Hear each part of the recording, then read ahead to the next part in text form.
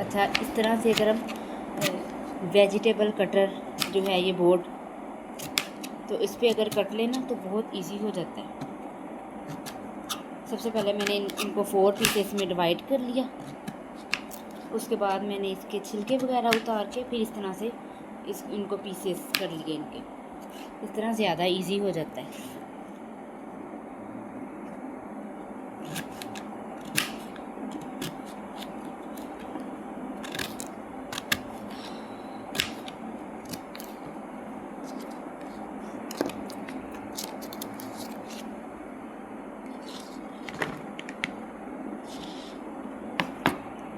दूसरा भी मैंने ये शलजम लिया। देखिए, सबसे पहले इनको ऐसे बिस्मिल्लाह कट कर लिया, फिर इसके 2 स्लाइस कर लिए। अच्छा, आज मैं सोच रही थी कि आप मतलब कभी लोगों का ख्याल ना करें कि लोग आपके बारे में क्या कहते हैं, क्या सोचते हैं। ठीक है, आप मतलब कि जो काम ठीक है, हक पे है, तो वो आप कर लें, कभी ना परवाह करें। क्योंकि लोग, कोई चला भी जाता है ना, कोई मर जाता है, 2-4 दिन उसको याद रखते हैं, भूल जाते हैं। वो चला गया, इसका मतलब बस किस्सा कहानी ख़त्म। सो फिर मैंने कहा कि क्यों किसी की कोई परवाह करनी।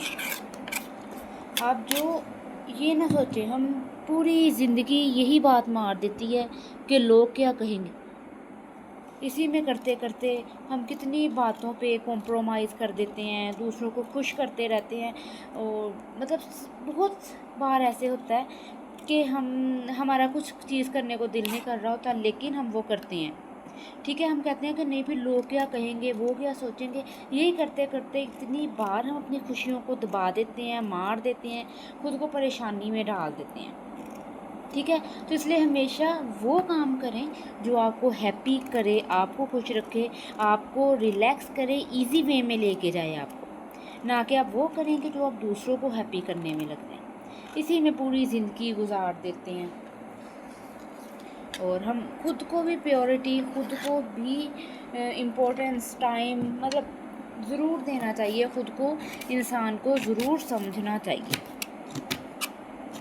ये कुछ बातें हैं, इंसान जब इजी हो के बैठता है ना, अकेला हो के इजी सुकून से बैठता है, जब फ्री हो के, उस टाइम ये सारी बातें उसके माइंड में आती हैं।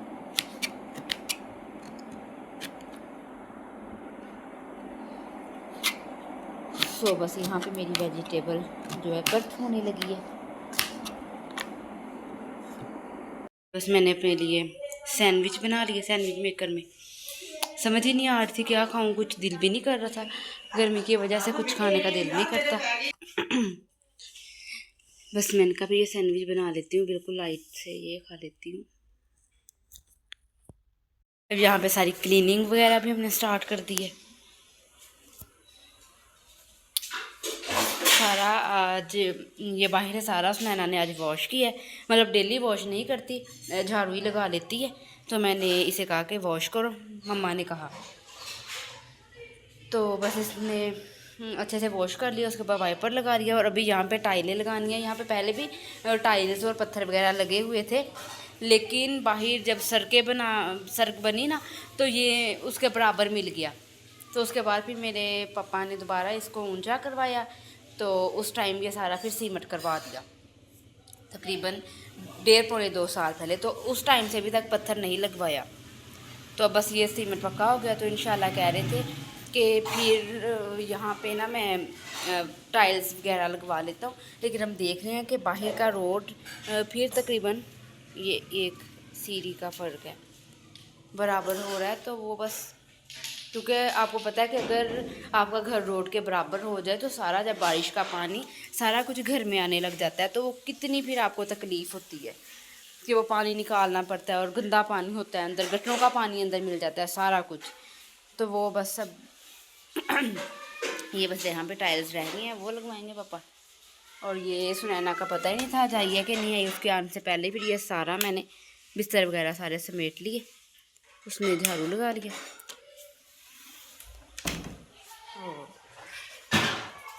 सुनैना अब यहाँ बस बर्तन वॉश कर रही है। उसके बाद मैं अपनी चाय बनाऊँगी।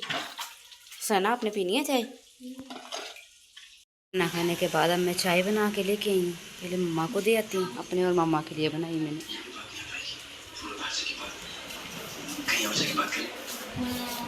ठीक है, लेकिन उसका पैसा ज्यादा लगेगा।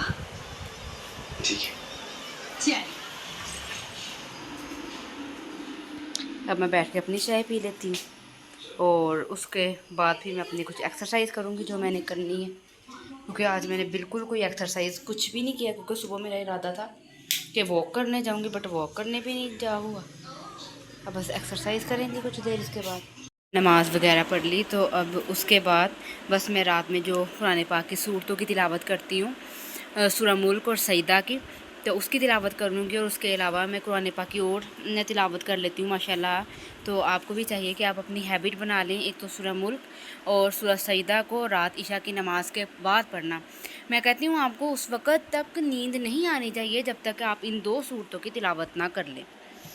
तो उसके बाद बाकी काम भी होते रहते हैं, क्योंकि ज़रूरी है कि हम अपनी आखिरत की, ठीक है, अपनी हमेशा रहने वाली ज़िंदगी की तैयारी करें। कौन कोई इतना है कि मतलब कि लाइफ में नहीं आपको लोग इतना पूछते, तो क्या आपको लगता है कि आपके जाने के बाद कोई आपको इतना याद रखेगा? सब कुछ छोड़ें, अपने लिए टाइम निकालें, ये आपका बेनिफिट है। और नमाज़ तो आपने 5 वक़्त की पढ़नी है, लेकिन उसके साथ ये कुरान पाक जो इतनी अज़ीम और बरकतों वाली किताब अल्लाह पाक ने हमें अता की है, तो आप इसकी तिलावत करें, खूब करें, दिल भर के करें, सुकून मिलता है आपको इससे। और उसके अलावा सूरतुल वाक़िया की तिलावत करें मगरिब के बाद, बहरहाल अल्लाह पाक रिज़्क़ देंगे बरकतों वाला इंशाअल्लाह। सूरह यासीन की तिलावत करें, कुरान पाक के वैसे कुरान पाक की पारे की तिलावत कर लें, आधे की कर लें, या एक की, जितना आपसे पॉसिबल हो सके ज़रूर किया करें, ठीक है। आपने मतलब कहती हूँ, आप ज़िंदगी में देखें, दुनिया में कौन आपको कितनी अहमियत देता है, कितना आपको याद रखता है? आपके पेरेंट्स के अलावा कौन आपको अहमियत देता है? तो क्या आपके मरने के बाद देगा कोई? कोई नहीं देगा, कोई नहीं याद रखता। बस लास्ट में यही कहते हैं, इन्ना लिल्लाहि व इन्ना इलैहि राजिऊन। सो अपने लिए तैयारी आपने खुद करनी है।